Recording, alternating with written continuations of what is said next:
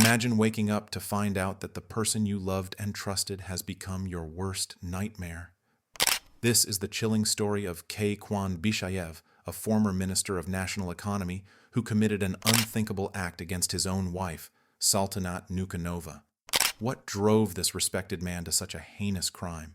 Stay with us as we unravel the horrifying details of this true crime case that shocked Kazakhstan and the world.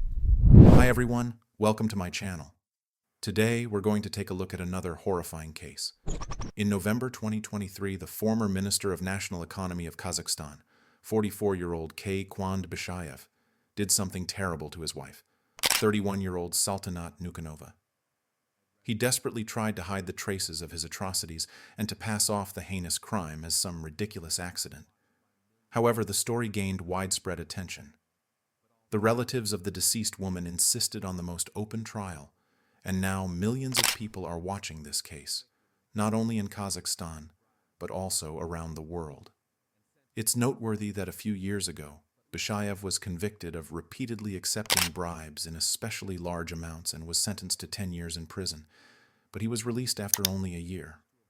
Many people were sure that this time, too, the ex-minister would use his money and connections to avoid severe punishment. No one doubted the man's guilt, but the main intrigue lay in the sentence he would receive. To understand this case in more detail, to understand where it all began and whether it was possible to avoid the tragedy, we must study not only the complicated history of the couple's relationship, but also their individual biographies. We will also try to understand the peculiarities of the criminal trial and why Bishimbayev insisted on a jury trial. What is known about the defendant and his family? Kuandyk Bishimbayev was born on April 11, 1980, in the city of Kyzylourda, in the Kazakh SSR. He was the eldest of two children in the family of Kuandyk Bishimbayev, a deputy in the parliament of the 5th Convocation, and his wife Alnurlybova. Kuan's mother became an entrepreneur in the 1990s, and before the high-profile arrest of her son, she owned several large companies.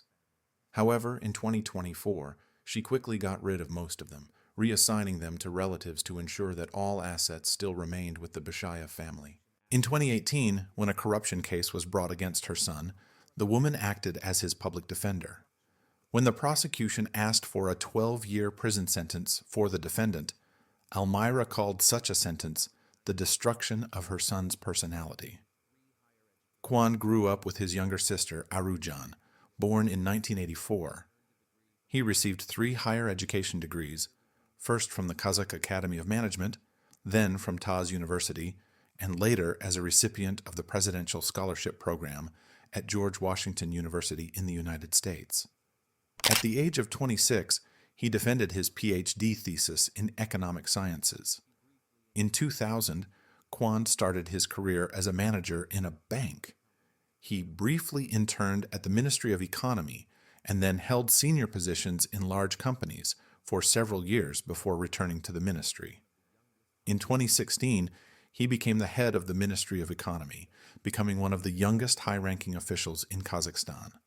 However, just 8 months later, he was dismissed in a great scandal and found himself in prison for accepting multiple large bribes. He was sentenced to 10 years in prison, but was released on parole only a year later. He officially apologized to the then head of state, Nurlan Nazarbayev, who pardoned him. Kuandyk Bishimbayev's personal life before meeting the future victim included 2 official marriages. His first wife was Igor Imrova, whom he married in 1999 when he was a student. In 2000, the couple had a son named Alexander Valikhan, but in 2004, the union broke up. In 2006, while serving as an advisor to the Minister of Economy and Budget Planning of Kazakhstan, Kuandyk married for the second time. His chosen one was Nazim Karman Babagalova, with whom he lived in marriage for 14 years, having 3 children together. In 2020, the couple divorced at Nazim's initiative. Saltanat Nukenova, née Aman Galova, was born on May 15, 1992, in Pavlodar, in northern Kazakhstan. She was the youngest of 2 children in the family of businessman Aman Geldinenov and economist Jumagul.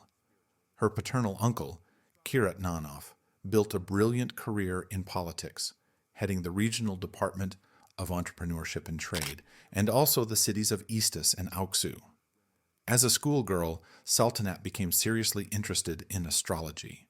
She studied profile literature in detail, made horoscopes and natal charts for her friends and classmates.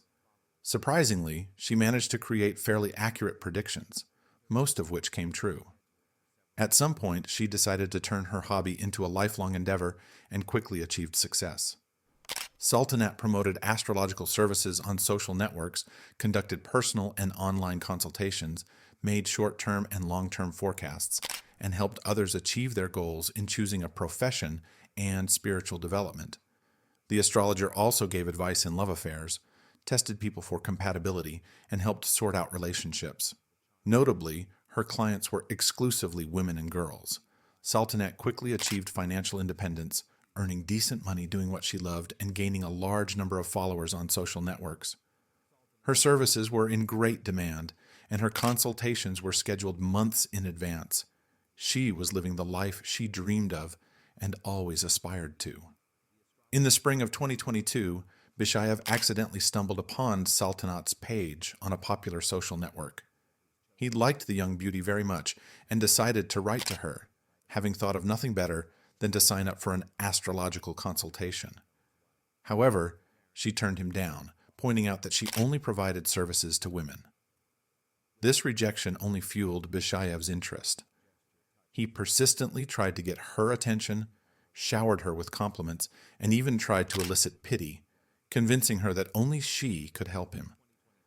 Saltanat was flattered, but still refused to meet with the obsessive man who was unpleasant and even irritating to her. She repeatedly offered him an online consultation, but he was adamant. For several months, Bishimbayev did not give up trying to ask Saltanat out on a date. During this time, he managed to find out almost everything about her: where she lived, with whom she communicated, where she went, what she was fond of, and so on. Saltanat still refused to meet him, but told her friends about her persistent admirer. Eventually, she gave in and agreed to a business meeting for face-to-face counseling. Bishimbayev made every effort to make a good impression on her, behaving politely and courteously. But that first meeting was just the beginning. In a frank conversation with her brother, Saltanat claimed that this man was not her type and that they would definitely not work out. By October 2023, the situation had deteriorated significantly. Saltanat confided in her brother that Kuan's behavior had become intolerable. He was not only verbally abusive, but had also started showing signs of physical aggression. Saltanat's brother urged her to leave Kuand, but she was hesitant, fearing the potential fallout and hoping that things might improve. The tragic events unfolded on November 15th, 2023. On that fateful night, Saltanat and Kuand had another heated argument. According to Kuand's later testimony, the fight escalated, and in a fit of rage, he struck Saltanat, causing her to fall and hit her head. Panicked, Kuand tried to cover up the incident, staging the scene to make it look like an accidental fall. However, the forensic evidence told a different story. The autopsy revealed multiple injuries consistent with physical assault, contradicting Kuand's account of an accidental fall. The investigators quickly pieced together the evidence, leading to Kuand's arrest and the subsequent trial. The trial, which began in early 2024, captivated the nation. The prosecution presented a strong case, detailing the abusive relationship and the events leading up to Saltanat's death. Kuand's defense team, on the other hand, tried to paint a picture of a tragic accident, arguing that Kuand had no intention of harming his wife. The trial was marked by dramatic moments, including emotional testimonies from Saltanat's family and friends.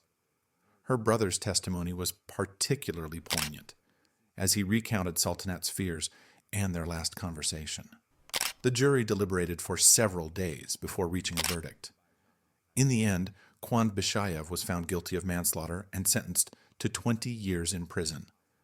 The sentence was seen as a significant victory for justice, given Kuand's previous escape from severe punishment due to his connections and wealth. The case sparked a broader conversation about domestic violence and the need for greater protections for victims. Saltanat's tragic story serves as a stark reminder of the dangers of abusive relationships and the importance of speaking out and seeking help. Her legacy lives on through the awareness her case has raised, and the hope is that it will lead to meaningful change and support for those in similar situations. Thank you for watching. If you found this story compelling, please like, share, and subscribe to our channel. Let us know your thoughts in the comments below, and stay tuned for more true crime documentaries. Until next time, stay safe and take care.